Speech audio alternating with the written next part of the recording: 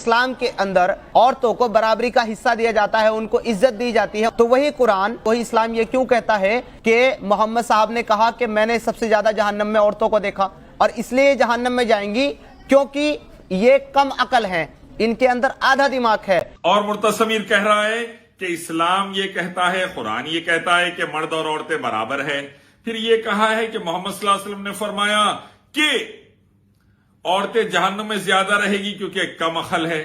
جھوٹا ہے، نمبر 1 کا مکار ہے۔ کہیں بھی اللہ کے نبی صلی اللہ علیہ وسلم نے یہ نہیں فرمایا عورتیں جہنم میں زیادہ رہیں گی کیونکہ کم عقل ہے، بلکہ یہ فرمایا عورتیں جہنم میں زیادہ اس لیے رہیں گی چغلی اور غیبت کرتی ہے، ایک دوسرے کے پیچھے باتیں کرتی ہے، 2-4 عورتیں جمع ہوتی ہے تو دوسروں کے بارے میں بعض وقت غلط باتیں شیئر کرتی ہے کہ بھئی فلانی ایسی تھی، فلانی ایسی، چغلی غیبت زیادہ کرتی ہے، اسی لیے جہنم میں دیکھا۔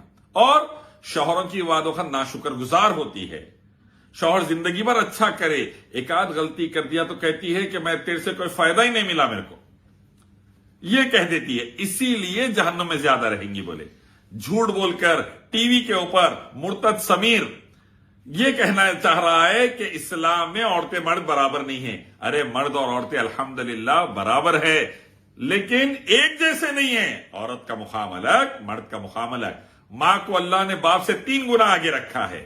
صحابی پوچھے اللہ کے بعد سب سے زیادہ رحم دلی کے حسن سلوک کے حقدار کون؟ بولے ماں۔ پھر کون؟ ماں۔ پھر کون؟ ماں۔ پھر کون؟ باپ۔ چوتھے نمبر پہ باپ ہے۔ ماں کے قدموں تلے جنت ہے، نبی صلی اللہ علیہ وسلم نے فرمایا۔ تو جہنم میں جانے کا جو ریزن اللہ کے نبی نے بتایا وہ کم عقل کہیں بھی نہیں بولے۔ یہ جھوٹ پھیلا رہا ہے گودی میڈیا سے اسلام کے خلاف، اور جاہل پاگل گودی میڈیا پانچالی کے بیٹے اس میں ساتھ دے رہے ہیں۔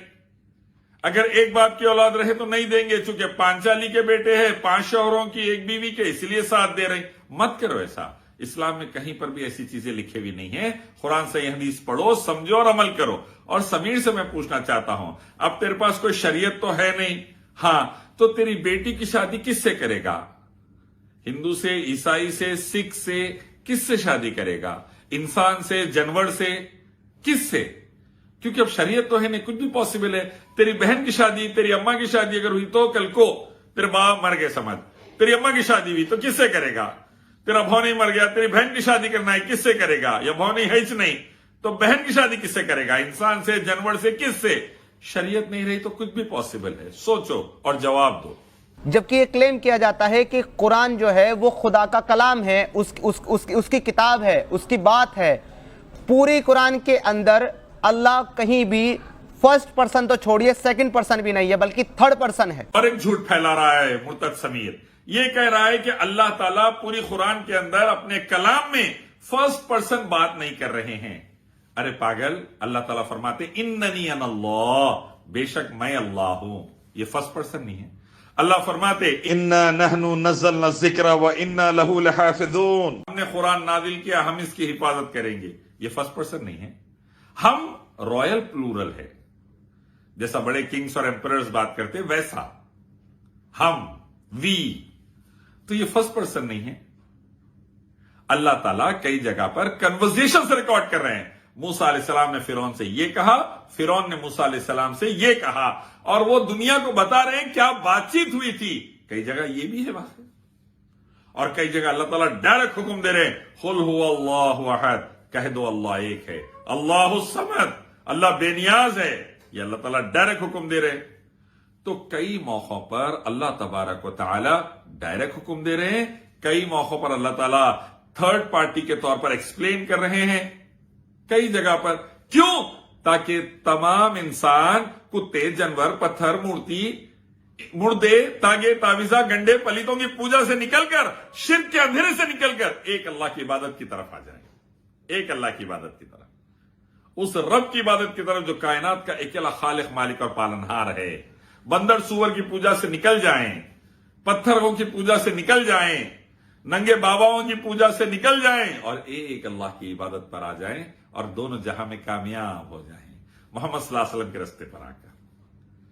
اسی لیے اللہ تعالیٰ ایکسپلین کرتے ہیں ڈائریکٹ بھی، اور سیکنڈ پارٹی کے طور پہ اور تھرڈ پارٹی کے طور پہ بھی۔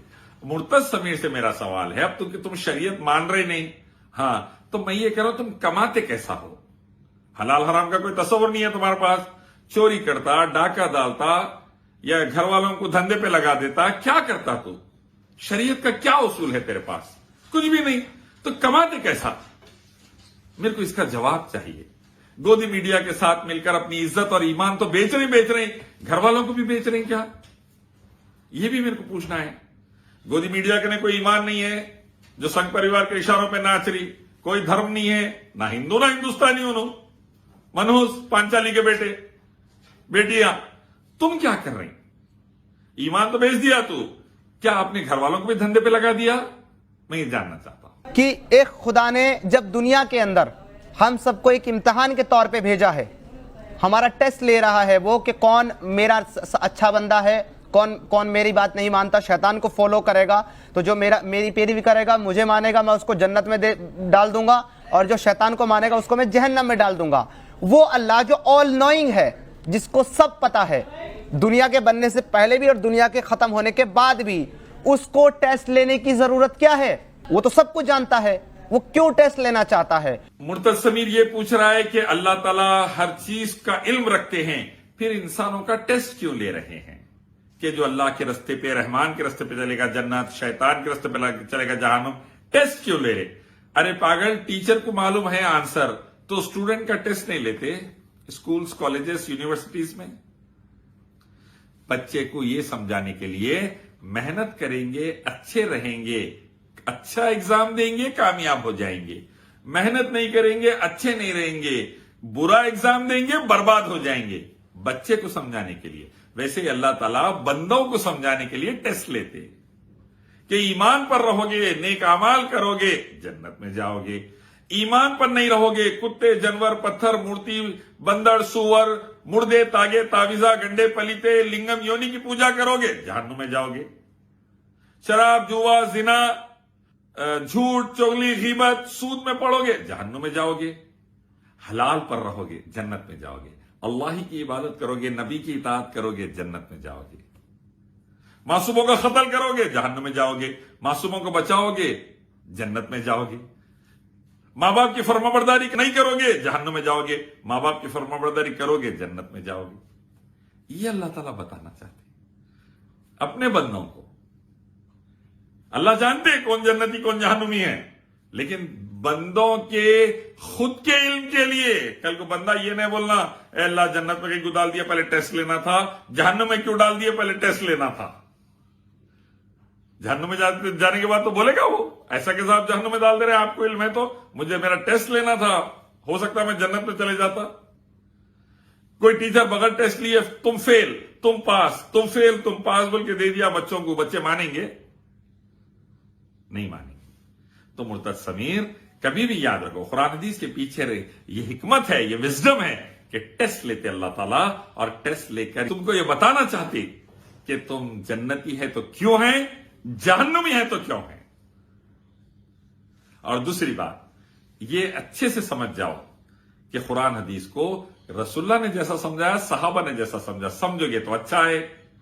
یہودیوں کے پلے بن گئے, عیسائیوں کے پلے بن گئے, سنگیوں کے پلے بن گئے سمیر, تو بربادی ہے. قرآن سے اللہ عزت بھی دے گا, ذلیل بھی کرے گا. جو صحیح سمجھے گا عمل کرے گا عزت, جو غلط سمجھے گا غلط پھیلائے گا ذلت. اب تم ذلیل ہو رہے جیسا. اچھا میرا ایک سوال ہے, اب تم شریعت تو مانتے نہیں, تو کپڑے وپڑے پہننے کا کیا طریقہ ہے؟ گھر میں کپڑے پہنتے نہیں, ننگے گھومتے سب لوگ, کیونکہ کپڑے وغیرہ پہننا, سطر ڈھانکنا, یہ تو ہم کو شریعت سے معلوم ہوا, ورنہ ننگے باباؤں کی کمی نہیں ہے. دیکھیں تم بھارت میں اور دنیا میں بھی آشرما بھرے ہوئے اس سے. تو گھر میں بھی آپ کے کپڑے وپڑے پہننے کا ہے نظام, یعنی سب جنے بالکل ننگے پھرتے ہیں؟ کیونکہ شریعت رہی تو اصول رہا تو حیا رہتی, ایمان رہا تو حیا ہے, حیا ہے تو ایمان ہے. اب چونکہ تمہارا ایمان ہی نہیں ہے مرتضی سمیر, تو گودی میڈیا کی طرح تمہارا بھی حال بغیر شریعت کے ہے. گودی میڈیا کے اینکروں کا تو کوئی گارنٹی نہیں ہے, انسان ہے, جانور ہے, پانچالی کے بیٹے ہے, سور کے بیٹے, بندر کے بیٹے, کس کے بیٹے, کوئی گارنٹی نہیں ہے. تمہارا کیا حال ہے سمیر اور ان کی فیملی کا کیا حال ہے؟ شریعت نہیں تو کیسی زندگی گزری, میں پوچھنا چاہتا ہوں. اسلام پر اٹیک کرنے سے پہلے ذرا اچھا سوچ کے جواب دو.